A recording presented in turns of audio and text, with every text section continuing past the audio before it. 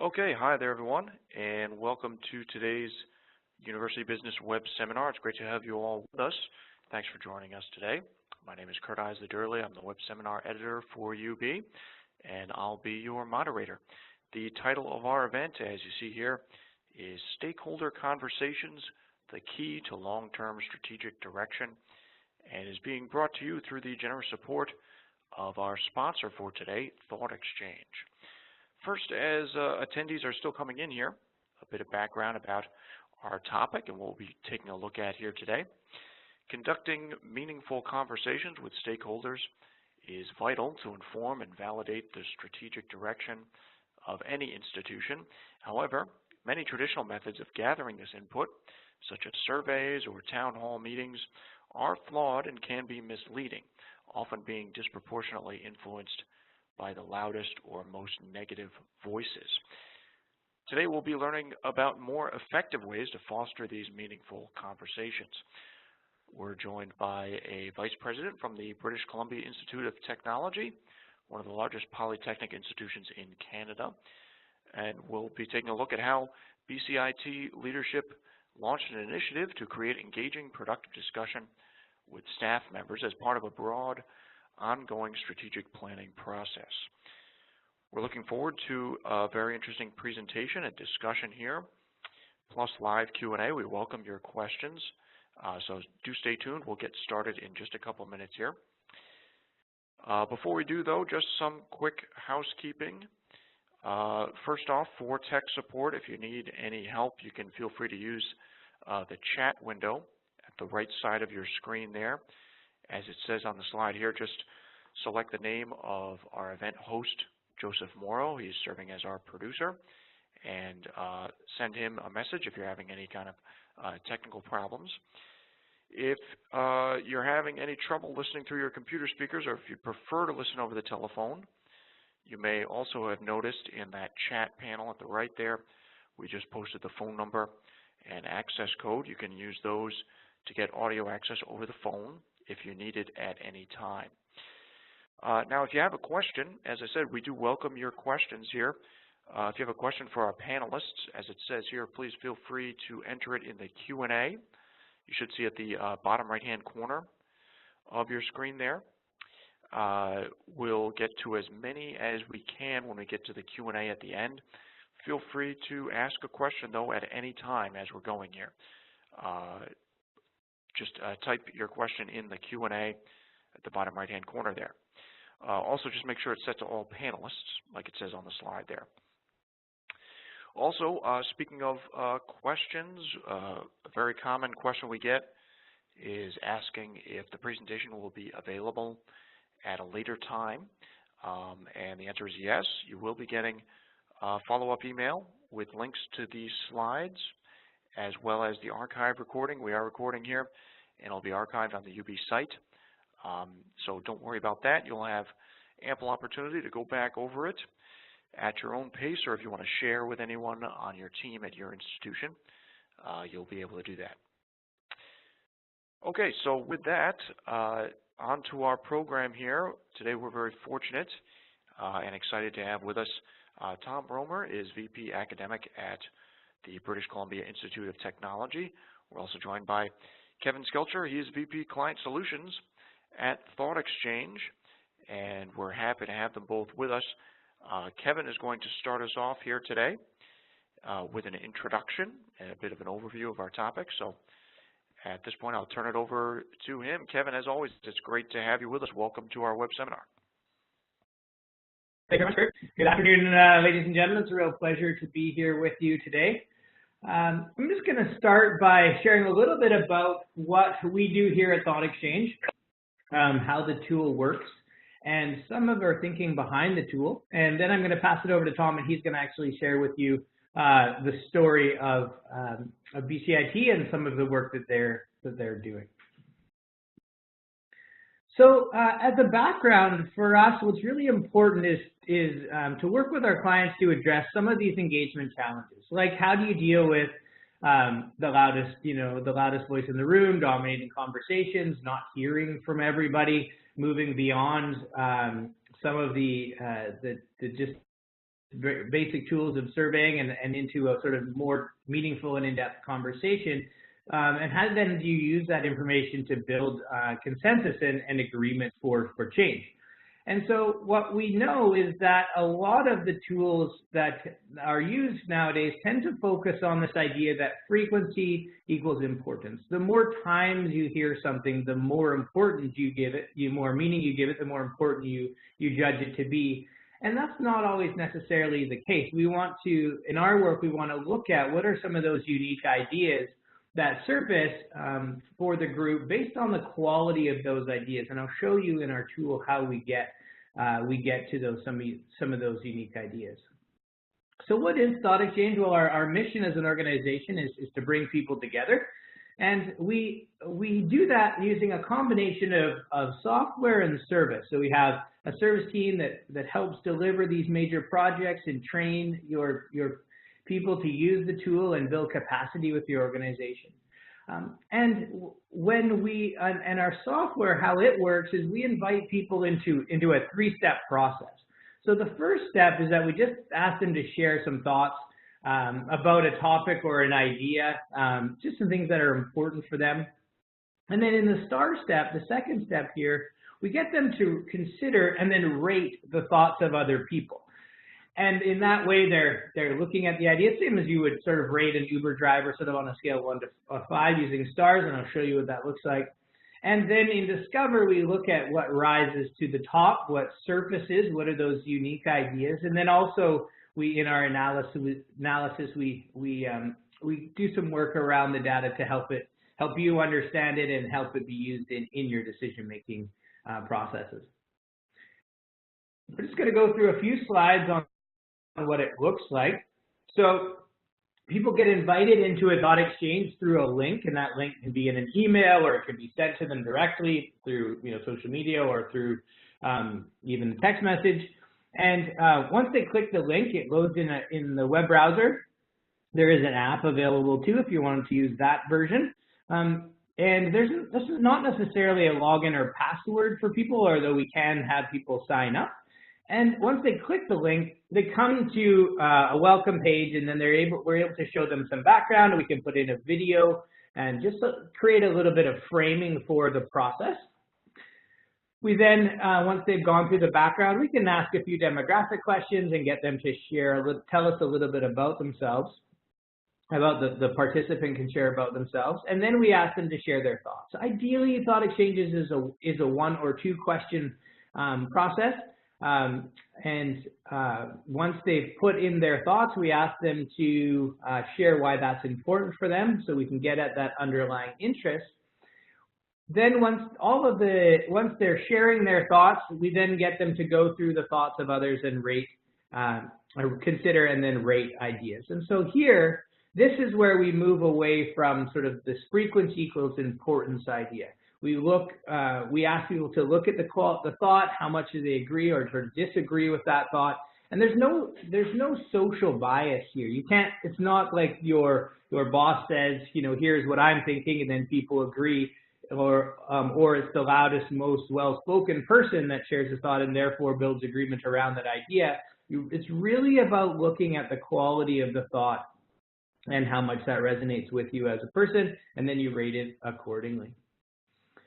In Discover, the most basic type of Discover results is just looking at the top thoughts, looking at sort of what are those ideas that seem to get the most number of stars, that are strongly supported by the group, and then we show you a little bit of information about those thoughts. Are they polarizing ideas? Do some people love them and some people don't? Where does that sort of thought fit in terms of the conversation that's going on?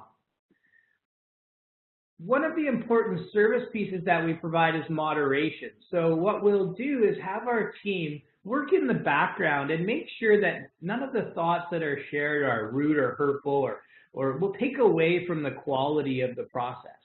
Ultimately, we want this process to be about building trust, and so we know that if somebody says something that's inappropriate, it can undermine the quality of the exchange. As we move into the Discover step, more on the leader side of things, we start to organize the data in ways that can be useful for you. And so we have a series of visualizations. that we use, and those visualizations have a lot to do with understanding what themes and sub-themes information fits into, where some of the shared interests are, what are some of the ideas that are polarizing or have the highest levels of tension, and where are some ideas that that have the highest levels of agreement.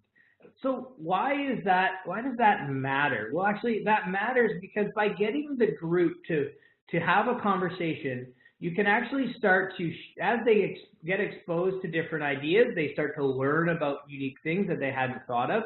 They can see that their thoughts are being reviewed and rated by the group, and so they've had this experience of being heard.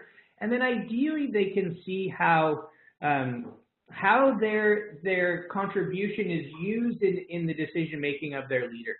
And so that's kind of what the participant gets. And on the leader side, they learn from the group, like I said, where are these common interests, where are the areas of disagreement. And then as we work with leaders to be able to communicate what they've learned and their insights back out to the group, they share that in a way that's open and a way that's vulnerable, and that then helps build respect and gives them their participants a sense of being listened to. You can see that we've been growing as an organization for the last 8 years. We're working with hundreds of clients and in a few different markets as well. So I'm going to pause there. I'm going to turn it over to Tom, and it's a real pleasure for us at Thoughtexchange to be able to partner with BCIT and Tom Roemer especially, and a real privilege for us to be part of the great work that they're doing there. And so without further ado, Tom, I'll pass it over to you. Thanks very much, Kevin. Really appreciate that. Good morning or good afternoon, everyone, depending on which time zone you're in. BCIT is located in larger Vancouver in British Columbia, Canada, on the west coast. And to give you a little bit of a background, why we engaged in the Thoughtexchange or in this initiative called Ed Talks, BCIT as a polytechnic has a bit of a unique mandate. We are neither a community college, so we're not engaged in on-ramping people or transferring them to university, but we're also not a research university in the traditional style, so we don't do fundamental research. We do only applied research and everything that is related to industry support. So our mandate is, our core mandate is actually workforce development. And what we wanted to know from the community is basically, what does that mean to you? What would you like us to see, us as management? What's the direction you would like to take with us? And as Kevin had already said before, the traditional channels that are being employed, like surveying and town hall, they have some serious flaws attached to them. Usually with surveying, we have at the moment a bit of a problem with survey fatigue, if you want to call it that. But the main problem is that every time you phrase a question, every time you impose a rating scale, you introduce a certain form of bias, and we wanted to keep it wide open. So what we generated here is an initiative. We call it the Ed Talks, Ideas Worth Sharing. And of course, it's a bit of a facetious link to the TED Talks. But it was just meant to get the conversation going. And we went out to the community and said, listen, what this is, it's just a very brief internal discourse. And we try to solicit the thoughts and ideas that you might be harboring. And we would just like to know what's your interest in where we should take the institution. And it's based on our mandates and on some core activities. And it involves all faculty, all staff, and all management. What it wasn't supposed to be is a complete education plan or let alone a strategic plan. It was really more meant to be a precursor to that. So we rolled that out over the term of about 6 months. We started last summer. We created a proper project charter. We found the tool, and that's why when we selected Thoughtexchange, we looked at a whole bunch of tools. We prepped everything, and then we went out to what we called the ideation phase in October and said, okay, let's go out there. The interesting thing, or the important thing maybe also, is we didn't use Thoughtexchange as the only communication channel. We still had town halls and one-on-ones, pardon me, and I went out and I visited departments, and what we call the loop is sort of like a little bit like a Facebook internal site, but Thoughtexchange was the main tool to solicit new ideas. And then after the initial ideation phase, we went into what we call an exchange phase. So because Thoughtexchange is, of course, public, everybody can see everyone else's postings, we said, so what do you think about this now? Where are we with this? Let's now tickle out a little bit the prevalent themes and talk about those, what everybody thinks where we should be going. Then in December, we created a consolidation. We did an evaluation. I'll get back to that in a second, what that means, and that was done by Thoughtexchange for us. And then we created a community report. The questions that we posed to the community was about what do you think the global and domestic trends are right now? What should we be paying attention to? The second one, what interdisciplinary initiatives, new technology, or teaching methodologies would you like us to see investing money and time in? And then we have a very large part-time professional study program. So how would you change our education and business model to future-proof the Institute and our graduates?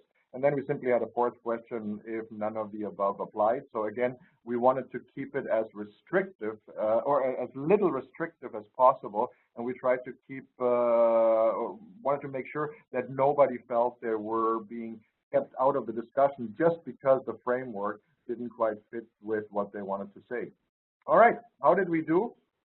Well, we were a little bit blown away, quite frankly. I had sort of hoped that I would get somewhere about 200 participants in it and maybe 300-400 ideas posted, and the star ratings maybe around 7,500. Well, we ended up with over 400 participants, which is somewhere in the neighborhood of a third of the faculty here. And we had almost 800 ideas posted and pretty close to 18,000 ratings on there. So it was a massive, massive participation. And that comes on the heels of a large engagement survey, which really occupied people for a long time. So what this showed to me is that that survey fatigue that they had actually mentioned before was compensated by the little bit more novel and entertaining approach that Thoughtexchange offered. All right, so we then asked Thoughtexchange to help us a little bit in determining the outcomes, because with 800 responses, it was a bit hard to figure out where the center of the response lay. And so they came back and gave us a little graphic here and said, well, most of your people are interested in course delivery and curriculum, which is, of course, not surprising, but at least they quantified it a little bit. And the school community and the facilities, which was interesting for me, was actually one of their least worries. They really wanted to talk about what product should we put out, how do we distinguish ourselves. Interesting working with Thoughtexchange was to look a little bit at their algorithm. What they do in the background is something that's not necessarily obvious to the participants. So, for example, they have an opportunity to look at the shift, the increase in conversation size. And the theory that they use is if you have a department that works together, what could happen in the conversation is you have on day one, you have a massive influx of ideas and ratings, and then maybe it just peters out. What that tells you is that you have a core group of people who have maybe, well, it could be parochial, but it could be like a very distinct view that's not really shared by the rest of the community. So the interesting piece is whether the conversation continues throughout the entire Thoughtexchange period at a high level, which then means that the entire community is engaged, or whether this is a short blip with a bunch of people who share a viewpoint, but the rest of the community is not overly interested in it. What I found very interesting was then the heat map to see, okay, the questions that we posted, where is the center of attention? And if you have a look at the second column where we asked for new products and new methodologies, it is that interdisciplinary learning that came out not directly maybe on top, that really resonated with a lot of people. So we picked up on that and we said, okay, so the polytechnic approach for the next decade has to revolve around breaking down the silos, breaking down the individual schools, and maybe fostering more interdisciplinary approaches. There's way more than what meets the eye here. The discussions with Thoughtexchange, with their experts, brought a lot of things to the fore that we would have probably overlooked at this point. All right, and with that, then we went out and we created a community report. And the nice thing with the Thoughtexchange interface is that you can screen capture the bubbles and you can use them in your report. So rather than putting out a rather boring 40-page narrative, you can create a bit of an appealing report. You can, above all, underlay your ideas or your strategies that you're distilling out of that with some of these ideas that came forward. So in other words, you can actually go to the community and say, you told us that. So you told us that we need to continue strong ties with industry. You told us that we must maintain our high quality graduates by keeping connected to industry. We are picking up on that.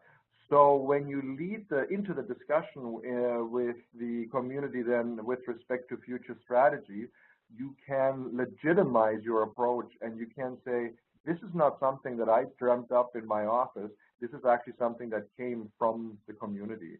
And so these direct quotes are very, very helpful, of course, in conjunction with the ratings, because it's that implicit buy-in that gives you that a priori legitimization.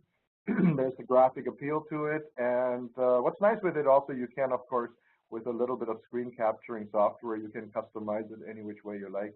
So most of our faculty have early on said, we're kind of sick of endless reports. We're not going to read a 50-page document that's from top to bottom a narrative.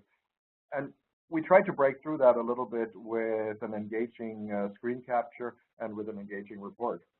By the same token, you can, of course, only present a few of the responses. So what we did, on the other hand, is we used the database that Thoughtexchange downloaded for us. We grouped it by theme. They helped us with doing that. It was all pretty much automated.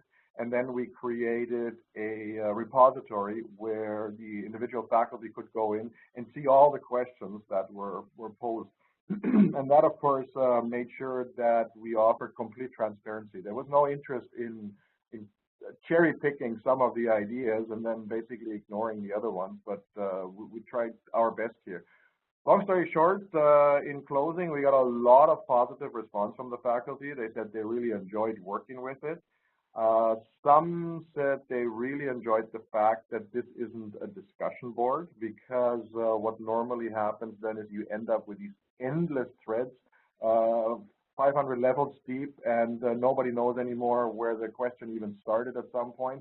So all of that was avoided. The second thing, it was what Kevin already mentioned. You made sure, or we made sure with this software, that we had also the introverts, or the people who normally don't speak up at town halls, who don't want to put themselves out.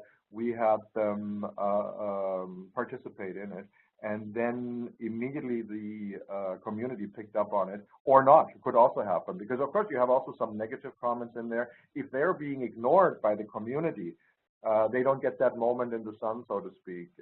Only the critical comments that actually have a bit of an underlying reality to them, those were the ones that community picked up and says, yes, the guy got a point here. I think I give that 5 stars.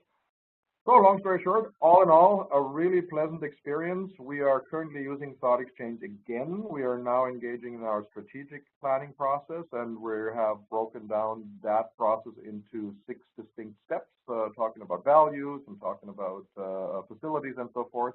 And the more often we do it, the more participants we get. So we're very happy with the product, and it has definitely done for us what we expected it to do. Okay, excellent. Thank you so much, Tom and Kevin, for sharing your time and expertise here and telling your story there at BCIT. Very interesting, and I hope we have a lot of questions from our audience here. We're going to get to the Q&A in just a moment. First, a couple quick reminders. If you are interested in accessing the slides or the recording, again, everybody will be getting a follow-up email with links to the slides and the recording if you want to access those later. Another reminder, if you do have a question, feel free to enter in the Q&A at the bottom right-hand corner there. and we'll get to as many as we can here. If you have any questions for Tom or Kevin about Thoughtexchange or how they used it there at BCIT. Let's see, first question, Kevin, just a simple one there. Someone asked if you're currently working anywhere in Montana. I don't know if you know offhand if you have any clients there or close by. That's great. Thanks for. We don't have any higher ed clients yet in Montana. Just a couple of K-12 clients. Okay, sure, no problem.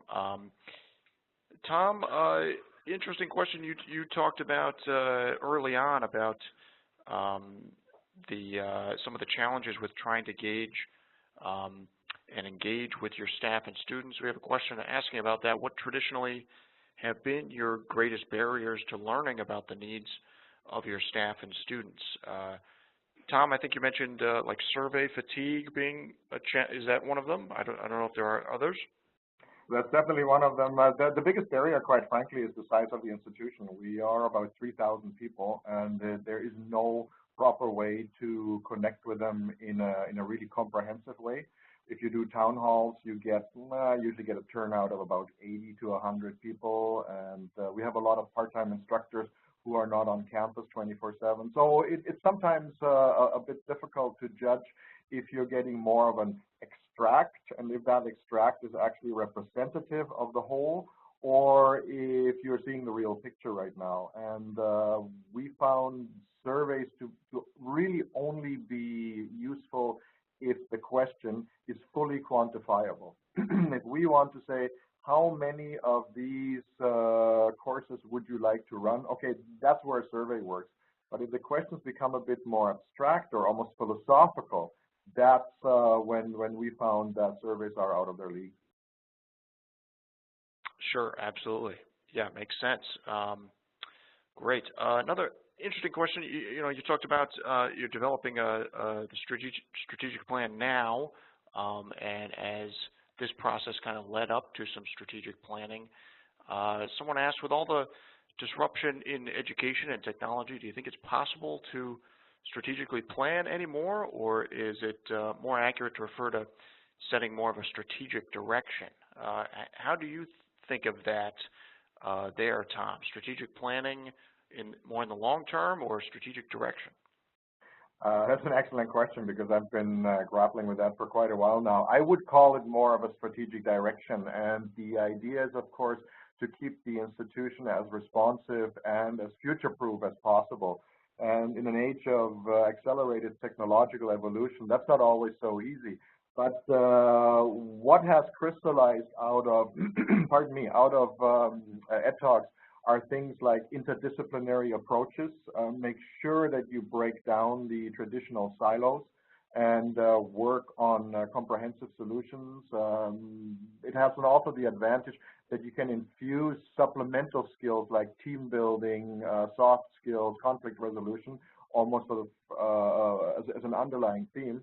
And the second element is people suggested to become, that came out of Ed Talk, to emphasize a little bit the center of competency idea. So rather than having everybody work in their office, create 5, 6, 7, depending on the size of the institution, signature projects or signature fields on campus where everybody can plug in.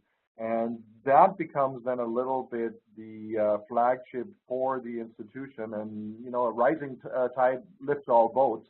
So everybody eventually jumps on board, and then maybe customizes that center of, I don't want to call it the center of excellence, it's more a center of competency, but customizes it to their needs. So it's an excellent question. Yeah, I don't think in our days we can set strategic plans anymore as we used to do for the next 10 or 20 years. That would be pretty presumptuous to try it that way. Sure. Absolutely. Things are moving fast in higher education.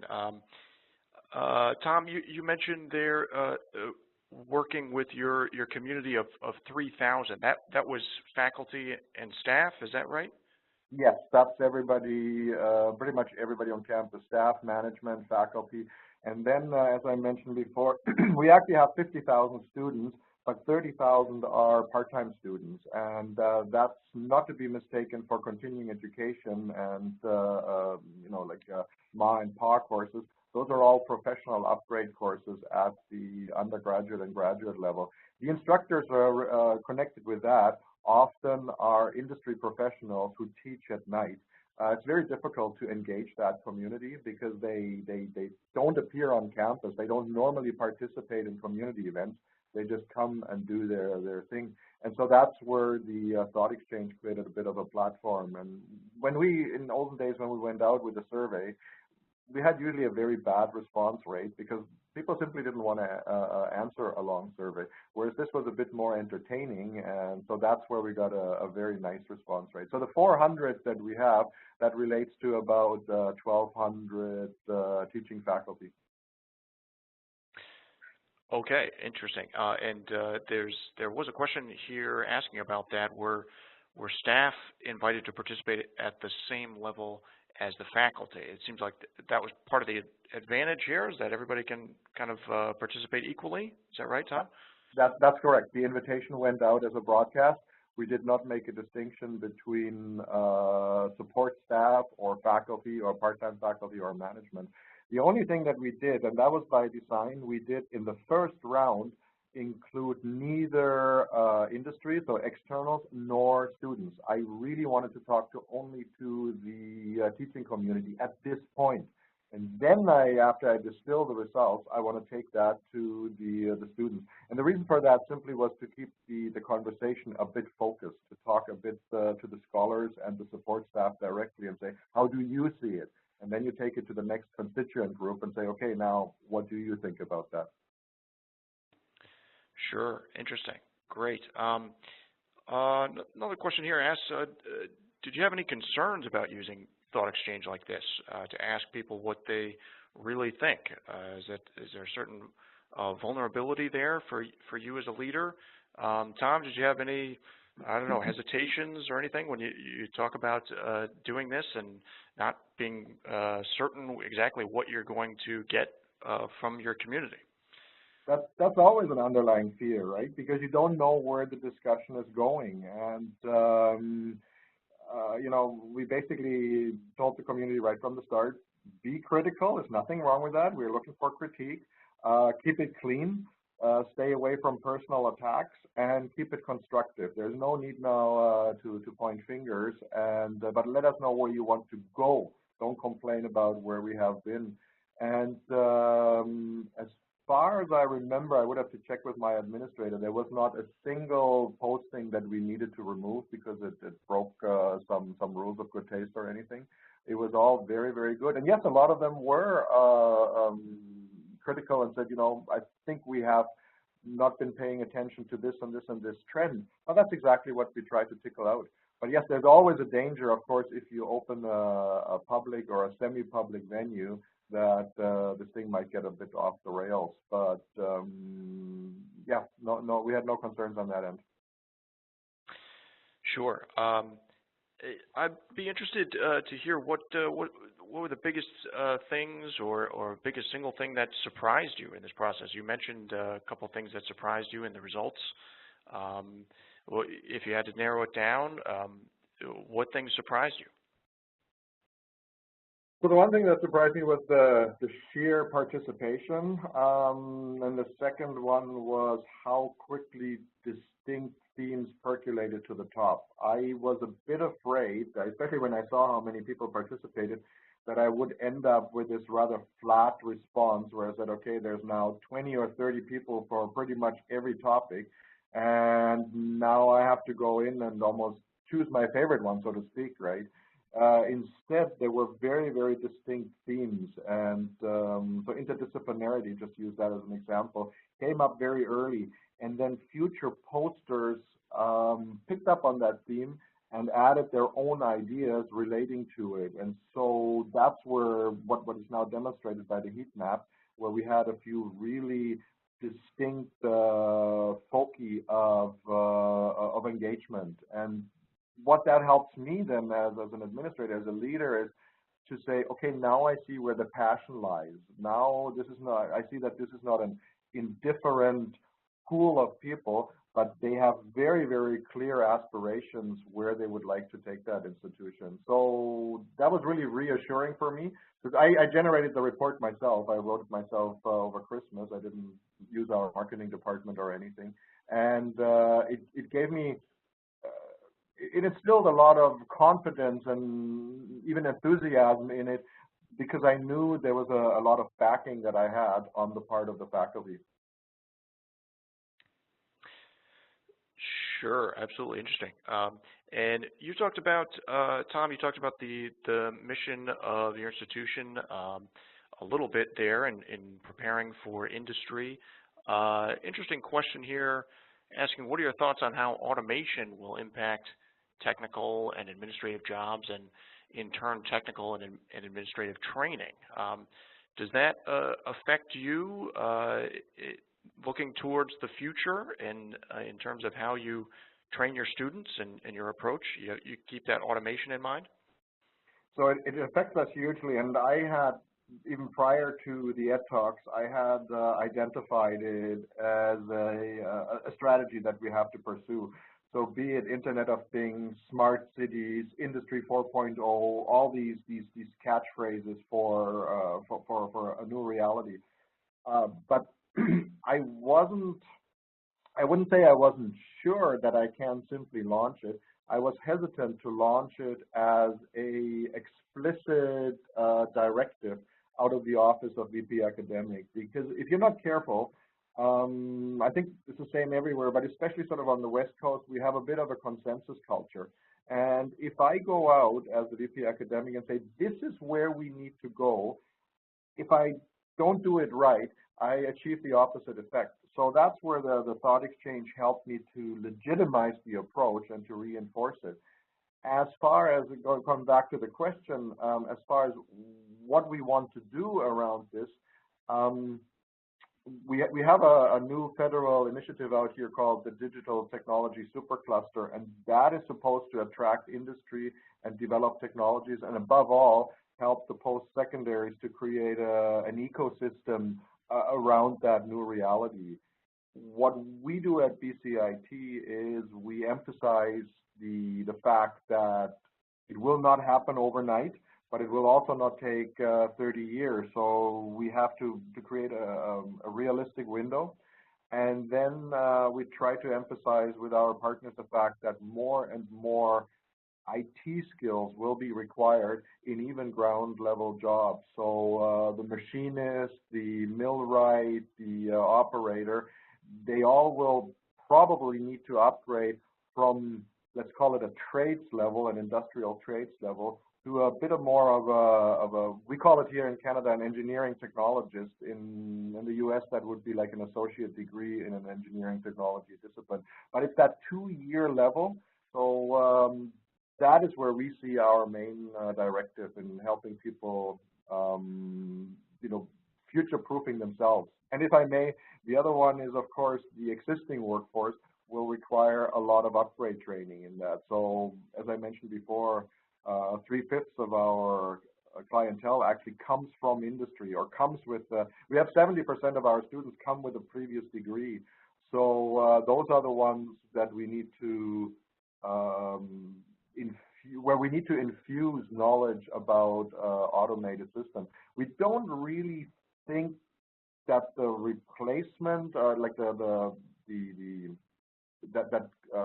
traditional jobs will be completely replaced by automation. That's not really so much happening. It is just that the skill, the portfolio, the spectrum of skills that's required, that will change. Okay, sure.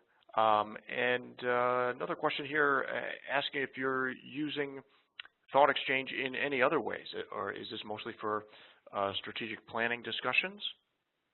So we're also relatively new. The Ed Talks was the first time that we used it, and now the strategic planning, which we, as I mentioned before, broke into 6 areas. We use it for a values discussion. We use it for a discussion around facilities. We use it for a discussion around partnerships and so on.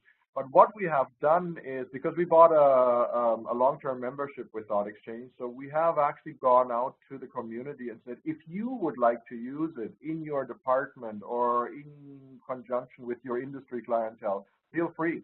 So we have created a contact point in our Learning and Teaching Center. Brian Fair, who administers that, now also takes calls and basically introduces the community to it.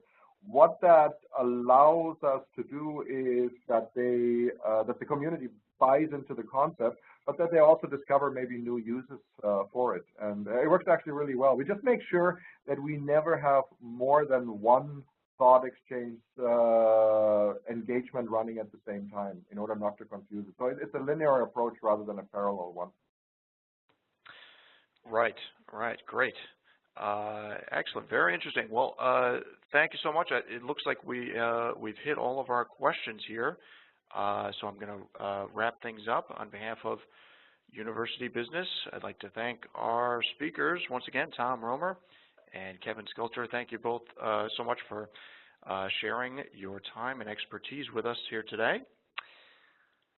And absolutely, and thanks again to our sponsor, Thoughtexchange, for their sponsorship here. Oh, let's see, we just got one more late-breaking question here. Actually, I might ask Tom, I'll throw that in there. Is this used in a classroom setting as well for discussions? Tom, you talked about some other uses possibly on your campus. Simple answer, yes. So we haven't discovered all those uses yet. As I said, there was the first time for us as well to roll it out. But that's why we want to give it to the community and say, listen, here's a tool that we license. You come up with ideas what you can do with it. We don't want to have it a one-time shot and then it disappears in oblivion. But we say, you guys in a seminar, or if you have a remote class, for example, you might find some uses that we have never thought about, or that we also don't have to think about, but you might find that very helpful. So that's the whole idea. Yeah, I think there's way more that can be done than a pure community canvassing. Sure, great. Thank you again. All right, and to our audience as well, thank you so much for joining us here today. I do hope you found our seminar informative and useful to you. Producing events like this one is just part of our mission here at UB to inform college and university leaders like you about the latest news and trends in higher ed management. You'll find more coverage about issues such as the ones we discussed here in the pages of our monthly print magazine, as well as our digital edition and our website, other web seminars like this one, and in our e-newsletters such as UB Daily and Campus CIO. And as I mentioned before, for those of you who would like to share this event with your colleagues, or if you want to go back over the presentation at your own pace, you can access it from our website by going to the URL on your screen here, or it will be posted under web seminars as an archive within about 48 hours. And if you'd like to download the slides, you'll find instructions and a link to them in a thank you email that you receive later on today. So keep an eye out for that. So that is it for today's event. Once again, I'm Kurt Eisler for University Business on behalf of my production team. Goodbye, everyone, and enjoy the rest of your day. Thanks so much for joining us today.